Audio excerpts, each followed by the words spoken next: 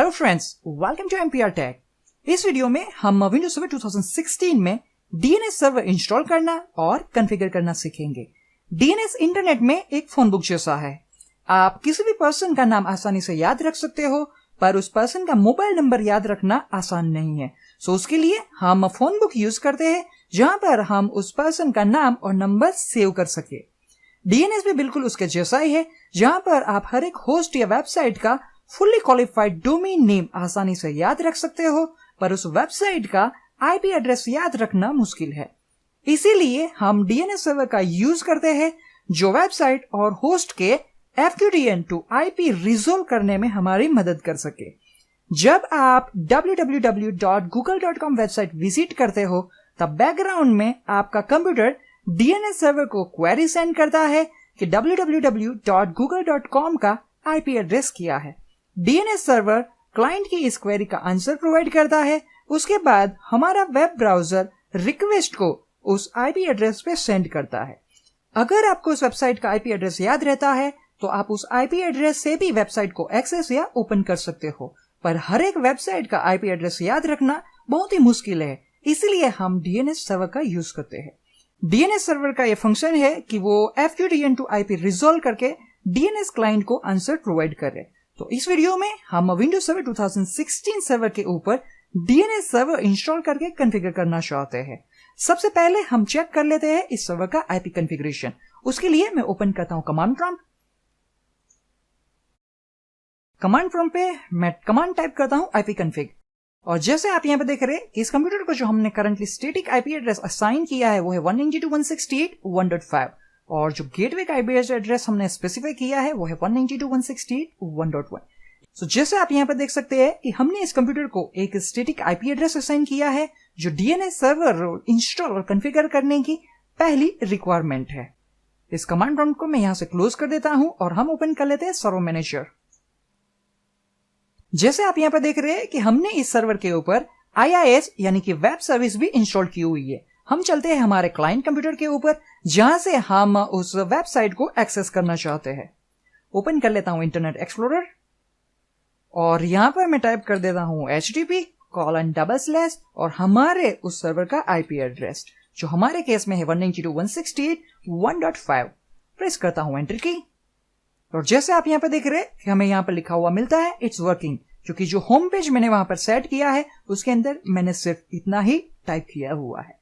Client computer जो है वो उस वेबसाइट को एक्सेस करने के लिए आईपी एड्रेस यूज करता है, और जैसे आप जानते हैं कि जब नॉर्मल यूजर इंटरनेट पर वेबसाइट विजिट करता है तो उस वेबसाइट को वो नाम से याद रखता है, ना कि आईपी एड्रेस से। सो हम ये चाहते हैं कि हमारा जो क्लाइंट कंप्यूटर आईपी एड्रेस से इस वेबसाइट को एक्सेस करता है, वो इस वेबसाइट को होस्ट नेम से एक्सेस कर पाए। तो चलते हैं हमारे विंडोज सर्वर 2016 कंप्यूटर के ऊपर, जहां पर हमारा सबसे पहला जो टास्क है वो ये है कि हम इस सर्वर के ऊपर डीएनएस सर्वर रोल इंस्टॉल करने के लिए जा रहे हैं। सर्वर मैनेजर डैशबोर्ड के ऊपर मैं क्लिक करता हूं एट रोल्स एंड फीचर्स पे। यहां पर बिफोर यू बिगिन स्क्रीन पे हम क्लिक करते हैं नेक्स्ट बटन पे। यहां पर हम सिलेक्ट कर लेते हैं रोल बेस्ड और फीचर बेस्ड इंस्टॉलेशन, और उसके बाद में क्लिक करता हूं नेक्स्ट बटन पे। हमारे पास एक ही सर्वर है हमारे सर्वर पूल में, और वो है हमारा लोकल सर्वर 02। उसे ही सिलेक्ट करते हैं और क्लिक करते हैं नेक्स्ट बटन पे। अब यहां से हम सिलेक्ट कर लेते हैं डीएनएस सर्वर।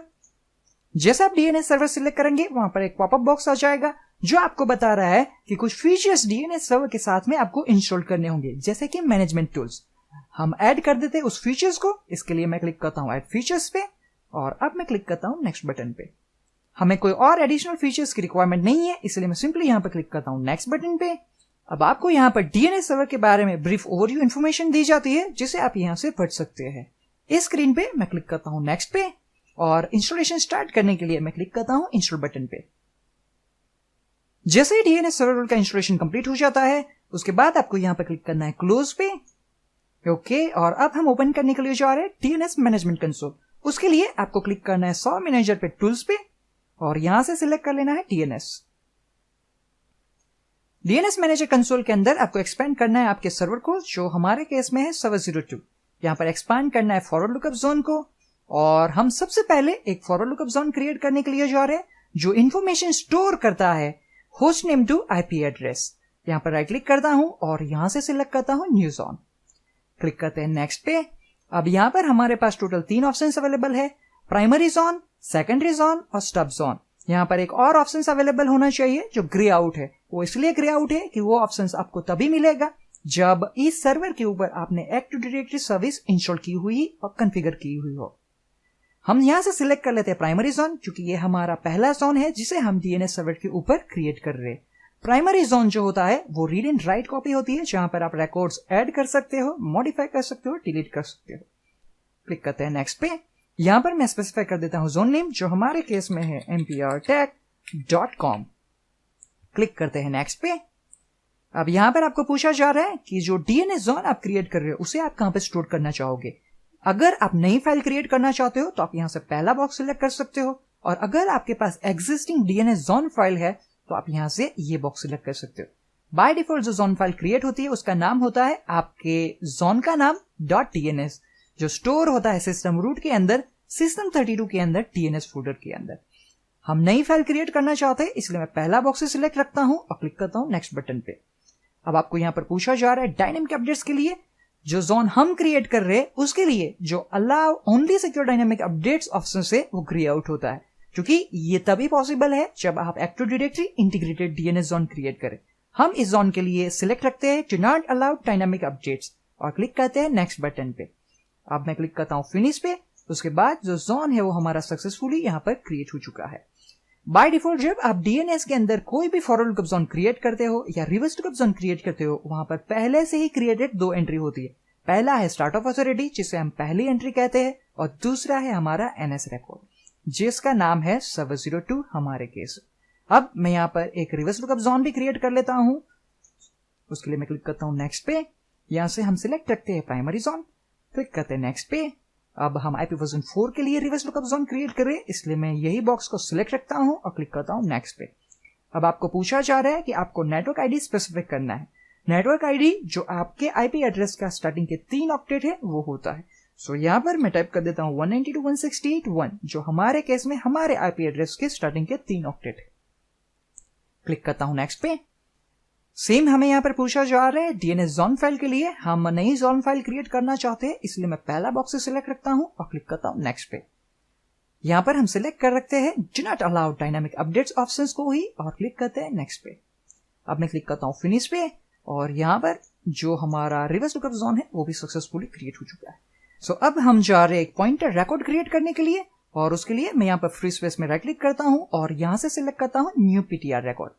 जैसे आप यहां पर देख रहे हैं कि होस्ट आईपी एड्रेस पोर्शन में यहां पर पहले से ही 192.168.1 हमें मिल रहा है, क्योंकि जो हमने रिवर्स लुकअप जोन क्रिएट किया था वहां पर हमने नेटवर्क आईडी स्पेसिफाई किया था 192.168.1। अब मैं यहां से स्पेसिफाई कर देता हूं 5। सो जो आईपी एड्रेस हो चुका है वो है 192.168.1.5, और होस्ट नेम पोर्शन के अंदर मैं टाइप कर देता हूं ns1.mprtech.com। सो जो आईपी एड्रेस है वो पॉइंट करता है इस FQDN से, जिसका नाम है ns1.mprtech.com। क्लिक करते हैं ओके पे, और जैसे आप यहाँ पर देख रहे हैं पॉइंटर रिकॉर्ड सक्सेसफुली क्रिएट हो चुका है। अब हम जा रहे हैं हमारे फॉर लुकअप जोन के अंदर एक रिकॉर्ड ऐड करने के लिए, जिसकी हेल्प से उस वेबसाइट को हम एक्सेस कर सके। तो यहाँ पर मैं राइट क्लिक करता हूं और यहां से सिलेक्ट करता हूं न्यू होस्ट।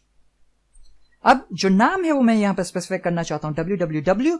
सो जो FQDN है वो ऑटोमेटिकली हो चुका है www.mprtech.com, क्योंकि जो होस्ट रिकॉर्ड आप ऐड कर रहे हो उसे आप ऐड कर रहे हो mprtech.com डीएनएस जोन के अंदर, इसलिए जो बाय डिफॉल्ट जो नाम आप ऐड कर रहे हो उसके पीछे mprtech.com ऐड हो जाएगा। सो जो FQDN है वो हो चुका है www.mprtech.com। अब आपको यहाँ पर आईपी एड्रेस स्पेसिफाई करना है, जो मेरे केस में है 192.168.1.5।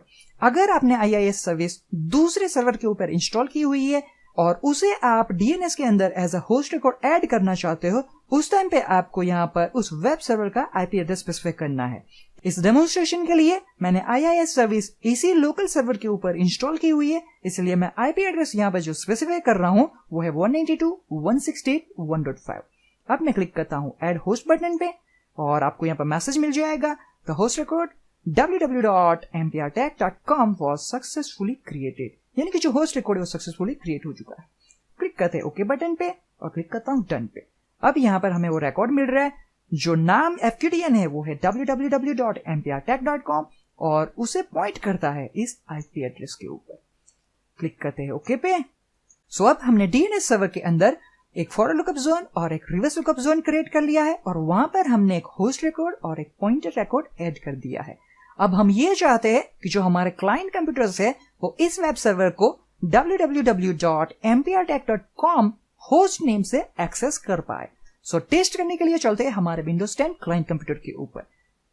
यहां पे सबसे पहले मैं ओपन कर लेता हूं कमांड प्रॉम्प्ट और कमांड प्रॉम्प्ट पे मैं कमांड टाइप करता हूं ipconfig।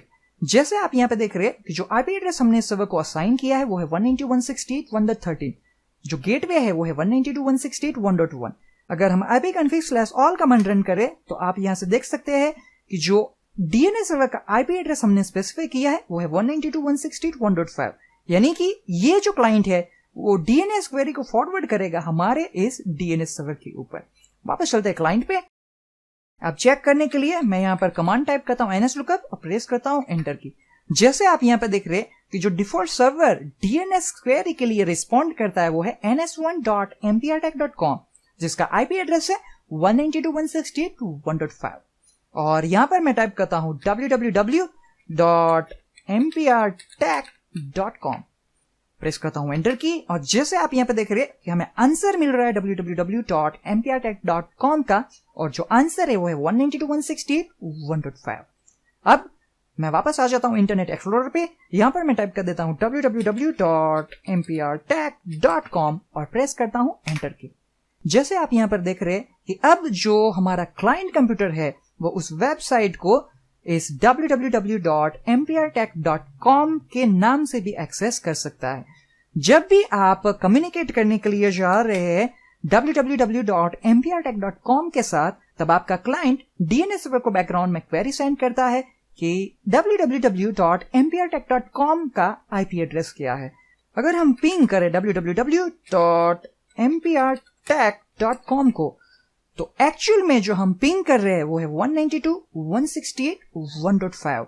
क्योंकि जब भी आप पिंग करते हो www.mprtech.com FUDN को तो सबसे पहले आपका क्लाइंट कंप्यूटर डीएनएस सर्वर को क्वेरी सेंड करता है कि इस होस्ट नेम का आईपी एड्रेस क्या है, जो आप यहां पर रिजॉल्व देख सकते हो। हमें रिप्लाई नहीं मिल रहा है, उसका रीजन ये है कि वहां पर फायरवॉल के अंदर ICMP इको रिक्वेस्ट ब्लॉक किया हुआ है। सो इस तरह से हम विंडोज सर्वर 2016 के अंदर डीएनएस सर्वर रूल इंस्टॉल करके कॉन्फ़िगर कर सकते हैं। सो इस वीडियो डेमोन्स्ट्रेशन के लिए इतना ही। Thank you for watching this video.